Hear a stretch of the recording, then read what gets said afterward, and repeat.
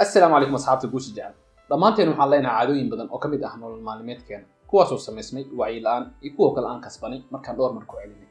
caadooyinkaasi waxay noqon karaan caadooyin wanaagsan oo wax noo tara iyo kuwa kale xun oo dhibaato noo geeya muuqaalkan waxaan kaga hadli doonaa caado waxay tahay siday u samaysanto caadada wanaagsan sida loo kasbado tan xunna looga takhaluso waa walaalkiin iyo saaxiibkiin shuto idin leh daawasho faa'iido leh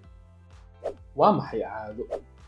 caado waa ficilka ama dhaqanka oo si joogto ah loo sameeyo wuxuuna u duwan yahay ficil walba oo kale la sameeyo inaan u baahnayn fikir iyo dadaal dheeraad ah marka kugu horeysa aad baranaysid gaari sida loo wado waxaad ka fikiraysaa maanta oo dhan steering sidaad u leexin lahayd marshada u bedeli lahayd ama sidaad bareeg u qaban lahayd dhankaad u leexan lahayd iyo wax walba la xiriiro gaarigaad markaa wadid fahankiisa laakiin markaad intaa dhowr mar ku celisid waxaad arkaysaa adigoo gaariga wadaay sheekaysanay aanan ka fikirayn waxaad bilowga ku wareersanayd sirta caadaduna xaggay ku jirtaa ficilkii u baahnaa fikir iyo dadaal badan inuu isku bedelo shay samayntiisa aanan u baahnayn fikir iyo juhdi dheeraad ah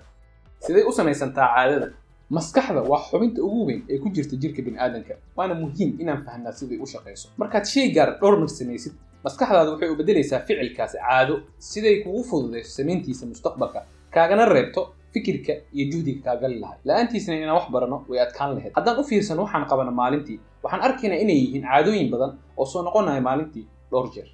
wuxuu leeyahay Charles Duhigg qoraaga buuga loo yaqaano The Power of Habit caado walba waxay ku samaysantaa saddex wado tan koowaad waa cue tan labaadna waa routine tan saddexaadna waa reward saddexdoodana way isku xiran yihiin oo way isla shaqeeyaan haddaan ka bilaabno tan koowaad oo ah cue micnaheeduna yahay tilmaam ama ishaarada kicinaysa samaynta caadada waana samaynta caadada tallaabada ugu horeysa ay ka bilaabato tusaale ahaan inaan galno social media waxaa tilmaam ama ishaarad u ah inaan dareenno firaaqo ama aan ka caajisno waxaan qabanaynay oo aan u baahano waxaan kaga dhuumano ama waxaan isku mashquulino tan labaadna waa routine oo micnaheedu yahay meeshaan dhaqankaad samaynaysid ama ficilkaad bilaabaysid inaad samaysid marka uu ku imaato tilmaamta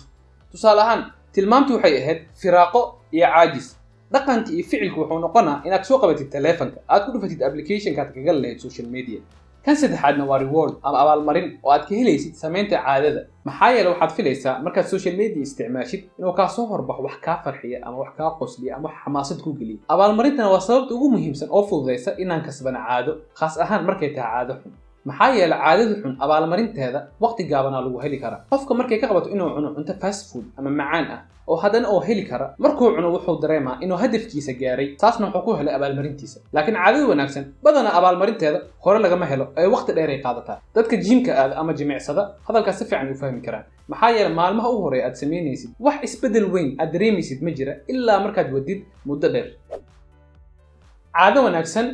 iyo sida loo kasbado sidaan hor u sheegnay caado wanaagsan waa caado aad og tahay inay wax ku tari doonto sidoo kale caadada aad rabtid inaad kasbatid badanaa waa caado aadan xiisaynaynin ama markaad samaynaysid aadan ku raaxaysanaynin khaas ahaan markaad tahay bilow hadda intaa isku raacnay waxaan ka hadli karnaa caadooyinka wanaagsan sidaan u kasban lahayn caadada aad rabtid inaad kasbatid si cad u qeex oo magacaaw tusaale ahaan waxaad dhihi kartaa waxaan bilaabi doonaa jimicsi maxaa yeelay caafimaadkaygu wuu fiican yahay wuxuuna qurxin doonaa jirkayga maadaama abaalmarintaad helaysid caadadan ay tahay abaalmarin oo muddo dheer kadib soo bixi doonta waxaad isku daydaa inaad samaysatid abaalmarin aad horey ka helaysid markaad samaysid ficilka wanaagsan tusaale ahaan waxaad naftaada ka balan qaadaa inaad siinaysa abaalmarin markay samayso caadada cusub abaalmarintaasna waxay noqon kartaa wax yar oo ka mid ah waxaad jeceshid inaad samaysid ama aad u cuntid hal qaladna iska ilaali marnaba ha isku dayin inaad isla bilaawdid dhowr caado hal mar maxaa yeelay waxaa muhiim ah inaad awooddaadoo dhan saartid caadadaas wanaagsan oo hadda aad bilowday saad natiijo uga keentid markaad natiijo ka keentid waxaad bilaabi kartaa caado kale inaad ku dartid caadada xun iyo sida loogu takhaluso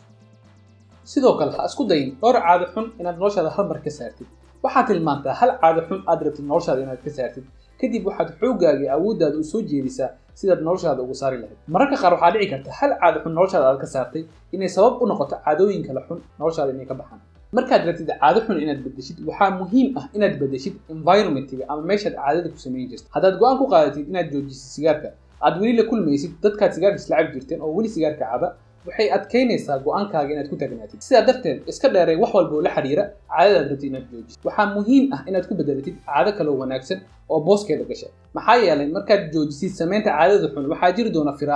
firaaqadaas haddaadan buuxinin waxay kugu qasbaysaa inaad dib ugu laabatid caadada xun aad samayn jirtay waxaana jeclaan lahaa inaan kusoo gabagabeeyey hadal oo dhahay maxamed cali waxaan necbanaay oo dhahay daqiiqad walbaan ku qaatay jimicsiga laakiin waxaan isku sheegay ha niyo jabin hana joojinin hadda dhibaatada iyo xanuunka u dulqaado noloshaada inta ka dhimanna saad jecesheed u noolaa adina waxaan ku wareejinaa noloshaada inta ka dhiman saad jeceshiid inaad u noolaatin oo walaalkii iyo saaxiibkiina shuto idin leh mustaqbal wacan